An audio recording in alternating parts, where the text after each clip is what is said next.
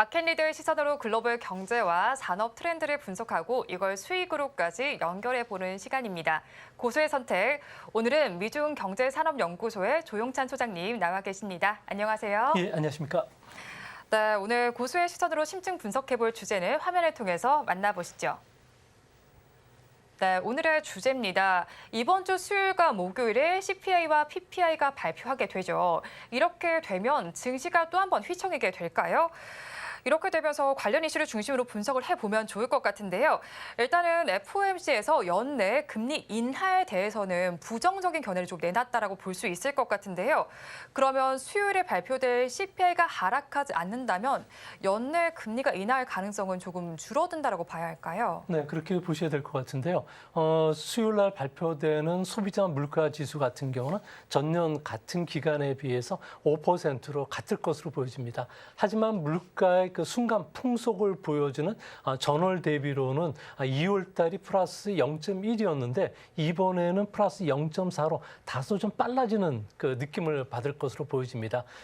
목요일 날 발표되는 코어 그 생산자 물가 지수 같은 경우에는 전월 대비 0.3%, 그러니까 3월 달이 마이너스 0.1이었던 점을 비교해 보면 아무래도 조금씩 빨라지고는 있지만 연준이 금리를 인상할 정도는 되지는 않을 것으로 보여집니다.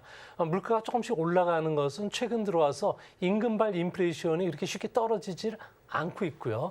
여기에 신차를 비롯해서 상품 가격이 좀 다시 상승하는 모습, 또 에너지 가격도 올라가고 있기 때문에 그렇습니다.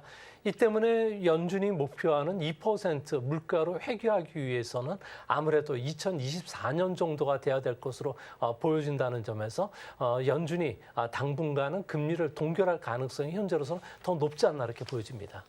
네, 이렇게 CPI 추이가 좀 이렇게 나와 있었습니다. 그런데 이런 상황 속에서 미국 시장 계속해서 10차례나 금리 인상을 하면서 시장 자체는 그렇게 좋지 못하다라고 봐야 할 것 같은데 이런 상황 속에서 실업률은 많이 떨어지고 있습니다. 50년 만에 최저치라고 말할 정도인데요. 이렇게 경기 하락 국면과 거기에 대해서 노동시장이 계속해서 화랑을 보이는 이 국면이 공존하는 건 언제까지 이어질까요? 네, 지금 현재 미국 같은 경우에는 경기 하락 국면, 또 매출이 줄기 시작하면 즉각 고용을 좀 해고하는 게 미국의 통례였는데 의외로 지금 경기 후퇴 국면에 들어가는데도 불구하고 실업률은 오히려 더 떨어지는 모습을 보여주고 있습니다. 아무래도 코로나 기간 동안에 시니어 계층이라든지 여성 근로자들이 시장에서 나갔는데 다시 돌아오지를 않고 있기 때문에 그렇고요. 이민자들 유입이 또 감소하는 데다가 중요한 것은 AI라든지 디지털과 관련된 새로운 기술을 갖고 있는 그 근로자들의 미스매치 문제가 심각하기 때문에 그렇습니다. 지금처럼 노동 수급이 아주 빡빡한 상황에서는 임금이 계속 올라갈 수밖에 없는 상황인데요.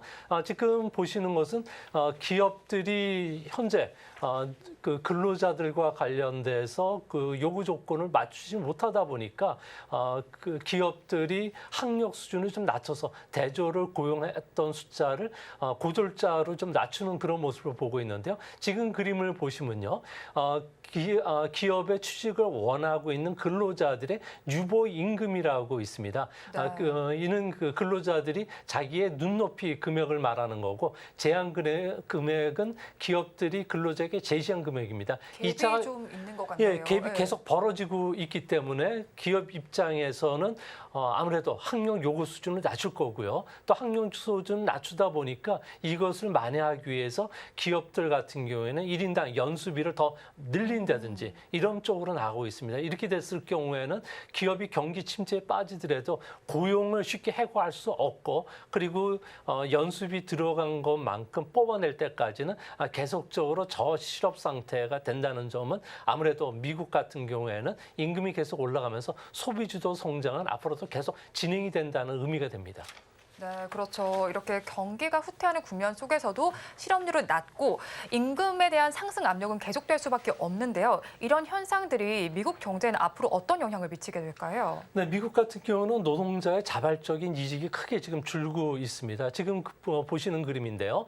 하지만 그 기업들이 요구하는 필요 인력들 같은 경우는 스카우트해야 되는데 이 스카우트 비용이 올라간다는 것은 전체적인 임금을 끌어올리고 있습니다. 이 때문에 미국이 그 그 10차례에 걸쳐서 500bp 금리 인상을 하더라도 임금발 인플레이션 압력은 내년도에도 떨어지지 않는다는 걸 시사하게 되는데요.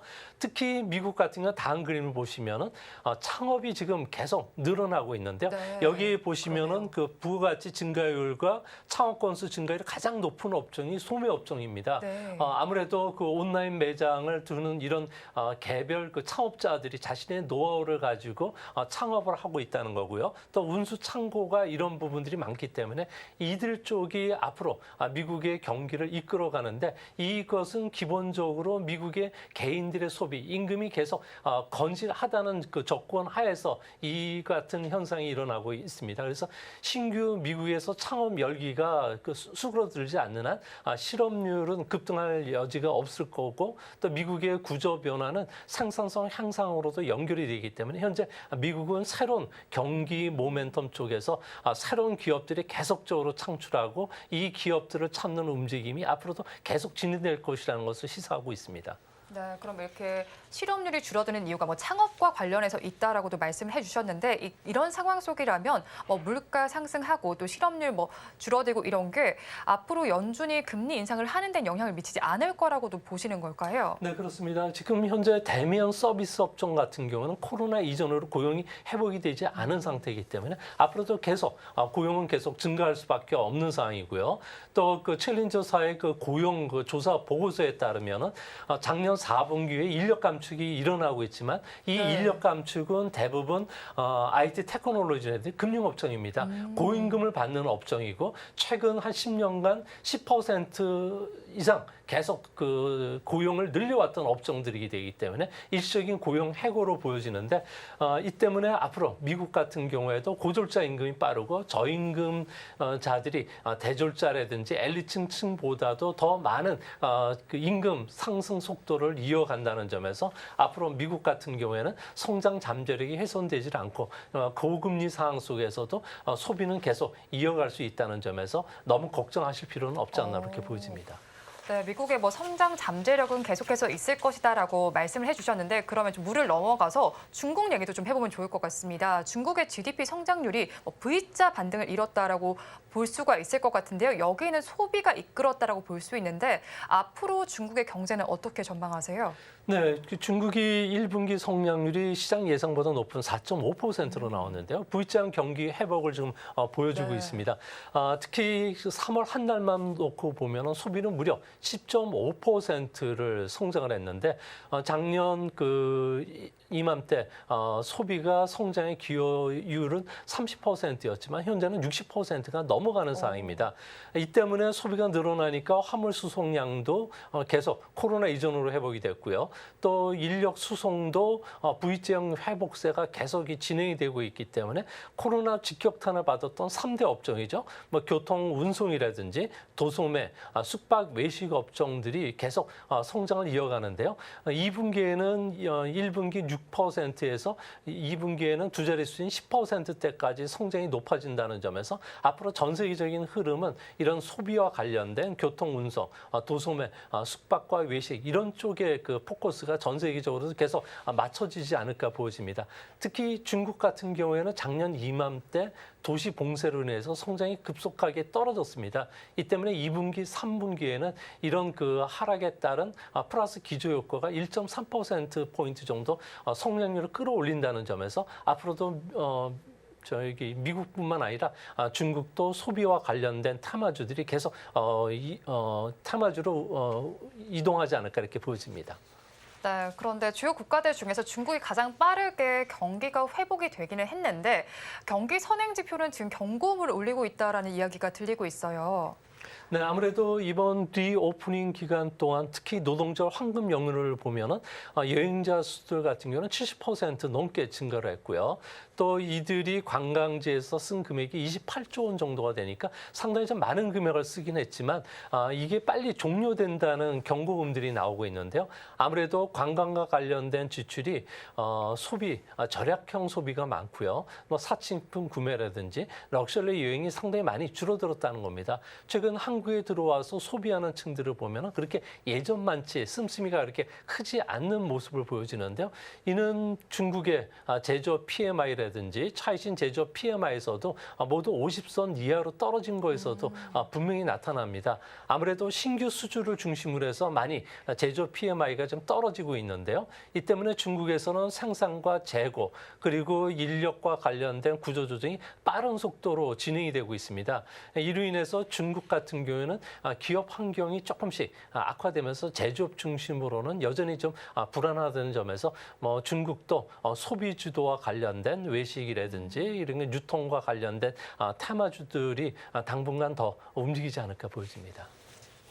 네, 그러면 조금 전에 분석을 해주셨는데 중국 정부가 이때까지는 내수 소비를 중심으로 이끌어 왔잖아요. 이런 성장이 조금 차질을 빚을 수 있을까요?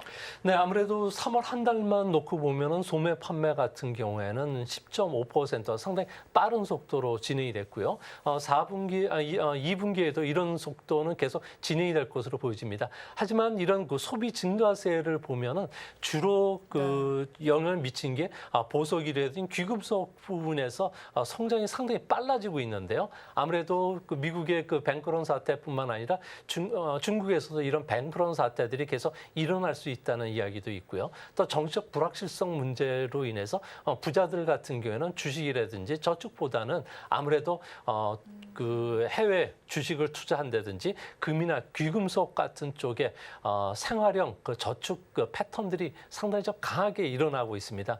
이로 인해서 소비들이 일어나지 않는 모습을 보여주면서 가계 저축 같은 경우는 1분기에만 무려 1,881조 원이나 좀 늘어나는 모습인데요.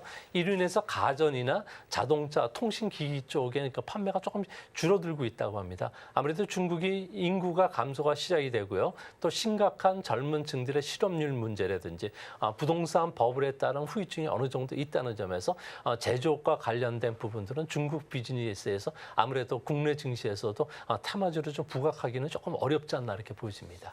네, 그렇죠. 불안한 경제 상황 속에서 안전자산인 금의 사재기 현상이 나타나고 있습니다. 이런 현상이 지속된다면 금값이 사상 최고치를 찍을 수도 있을까요? 네, 현재 금 가격은 사상 최고를 찍은 다음에 현재 1트로이 온수당 2,029달러 정도 수준에 머물고 있는데요. 앞으로도 이 그 금 가격은 좀 더 계속 올라가지 않을까 보여집니다.